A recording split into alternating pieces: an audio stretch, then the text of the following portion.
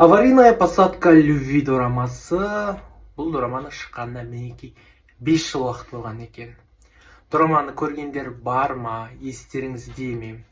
Ал егер вдруг мүмкін бір көрмей алған жандар болса, дорама туралы айтып берейін. Бас кейіпкер қыз ол парапланға отырады да, оңтүстік Кореядан қатты жел болып, содан ол солтүстік Кореядан бір шығады, ал оны осы жерде солтүстік кореялық әскери азамат тауып алады. Екеуінің арасында махаббат орнайды, солтүстік Кореяны көрсетеді. Сондай бір қызыққа толы, комедияға толы, романтикаға толы, арасында драма да бар дорама.